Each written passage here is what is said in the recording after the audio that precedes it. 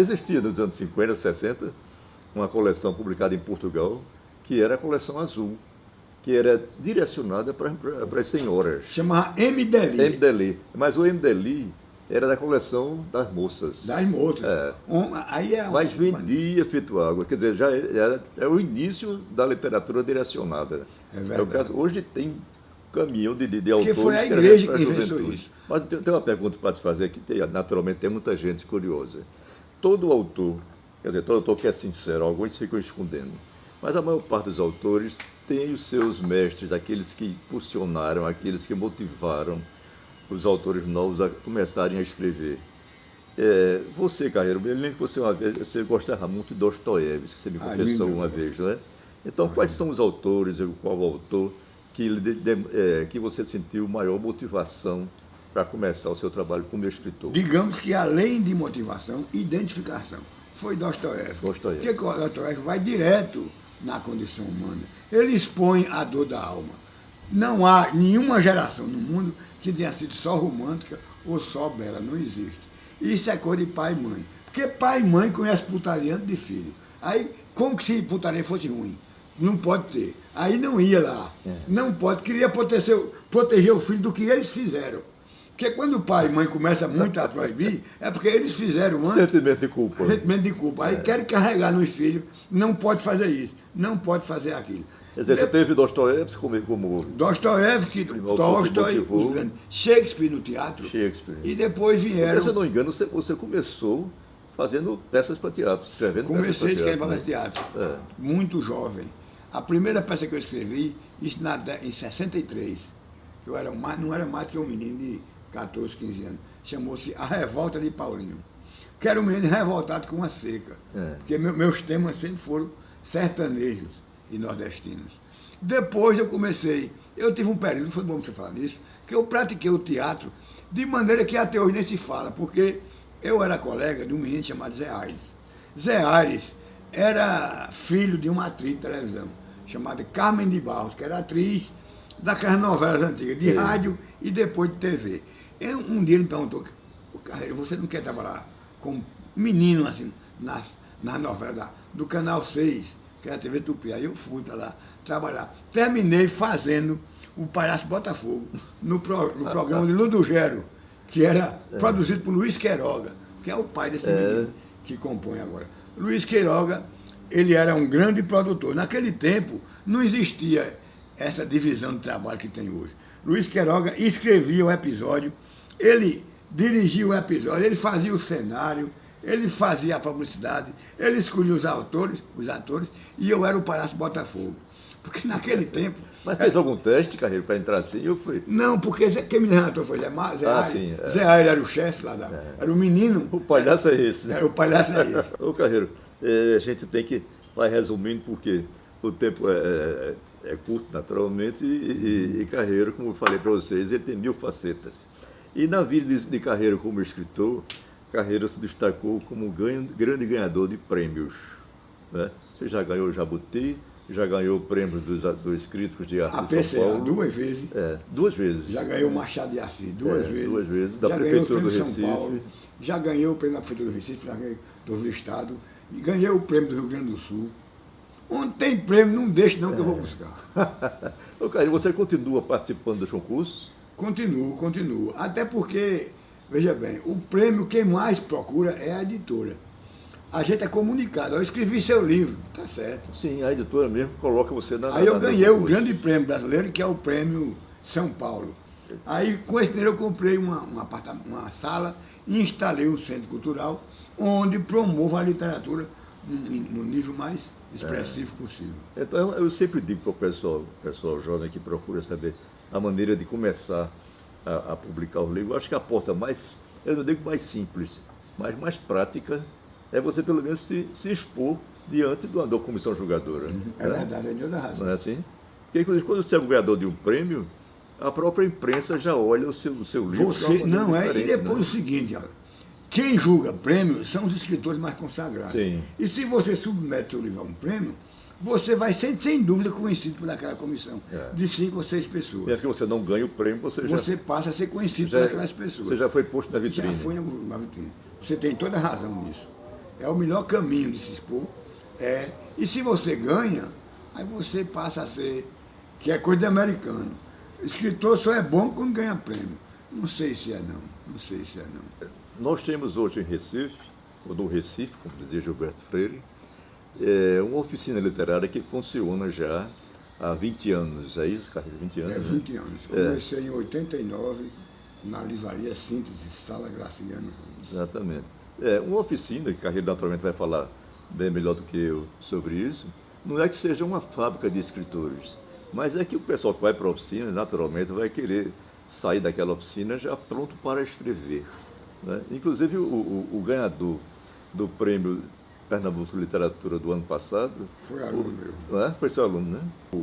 O livro dele despertou logo o interesse da comissão, o interesse que eu falo, a curiosidade, vamos dizer assim, porque o título do livro é Romance da Oficina para a Criação de Romances, Porque volume 2. Né? Porque ele foi fazer uma oficina em Portugal. Porque tem pessoas que acham que chega na oficina vai operar um milagre, como se a oficina fosse um chaleira da bruxa. Você cai ali dentro e sai escritor. Não se é fosse assim. a fórmula, né? Não sai, né? Tem que se dedicar muito, aprender muito, estudar muito. Eu vou, me perdoe só um minutinho, eu vou pedir a atenção mais ainda de vocês, porque vocês vão ter agora a palavra de quem praticamente criou a oficina literária em Pernambuco, que é o Raimundo Carreiro. É aquela figura que sabe escrever e sabe dizer como escrever. A palavra é tua, Carreiro. Por exemplo, em primeiro lugar, é muito comum que as pessoas me procurem com um livro pronto, assim, 1000 páginas, 200, 500 páginas. Carreiro, eu escrevi um livro. Não é possível. Você escreveu um livro como? Não, sentei a escrever. Pode escrever? Pode. Agora tem que ter uma habilidade incrível. Você é um grande leitor? Não. Li alguns livros a vida inteira, então não vai escrever nada. Primeiro tem que ler muito, tem que ralar muito, escrever muito em casa.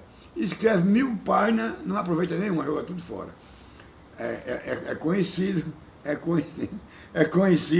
Conhecida a frase seguinte: o maior amigo do escritor é a lata do lixo. Lata do lixo. É onde ele joga fora. Guarda tudo. Porque, exato, joga tudo fora. Que 90% do que você escreve não presta. Aliás, é sempre dizer o seguinte: quando você for escrever, se você vai escrever 2 páginas, na terceira começar a desconfiar que não está prestando. Pare e vá reler. Aí eu vou começar a dizer a ele o que é uma frase, para que serve uma frase, como construir a frase, o ritmo, a pontuação, e acabar com essa história de porque eu tenho talento. Não existe talento. Quem acredita em talento, não faz nada, sai devagar demais. Talento se ganha com trabalho, com leitura, com releituras, com reexame, exame, reexame. Isso é o talento. Hoje em dia, até futebol se aprende nas escolinhas. Você tem que participar de uma escolinha para saber o que é lançar uma bola. Os fundamentos. O que é cruzar uma bola, o que é passar uma bola. Tudo isso se aprende numa oficina e com os grandes autores. A primeira coisa que eu faço é adotar um livro de um grande autor. Vamos estudar, palavra por palavra, como é que esse autor escreveu o livro e depois você vai escrever o seu. Mas vamos aprender com ele primeiro como é que faz. Porque muita gente pensa que eu ensino a escrever. Eu ensino a construir a obra, não é só escrever. E tem pessoa que imagina que escrever é juntar o substantivo mais o verbo, mais o predicado e construir na frase. Não é isso, não. A escrever é muito mais do que isso. É ir buscar o sentimento do mundo, Taím Drummond. Não use nunca adjetivo. Não use nunca advérbio.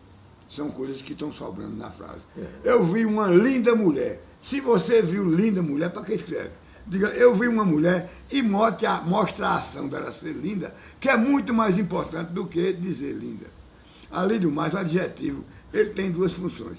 Antes do verbo, antes do sujeito, o adjetivo eterniza. Depois do sujeito, ele apenas momentiza. Se eu disse, eu vi uma linda mulher, é uma mulher sempre linda, desde criança.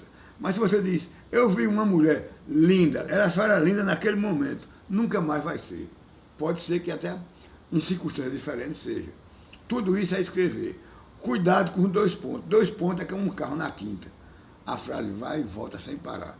É como você dirigir na quinta, você não tem o controle do carro. Perde o controle do carro. Bota 2 pontos que você perde o controle da frase. A frase não tem como parar. Ela vai e volta, vai e volta, vai e volta.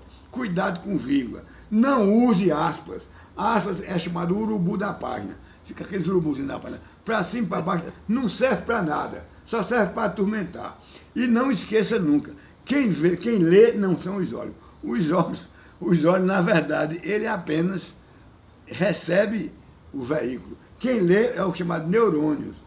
Às vezes as pessoas as pessoas querem me ironizar, dizem assim, Carreira ensina neurologia, não ensina romance. Neuroliteratura, não é neuroliteratura.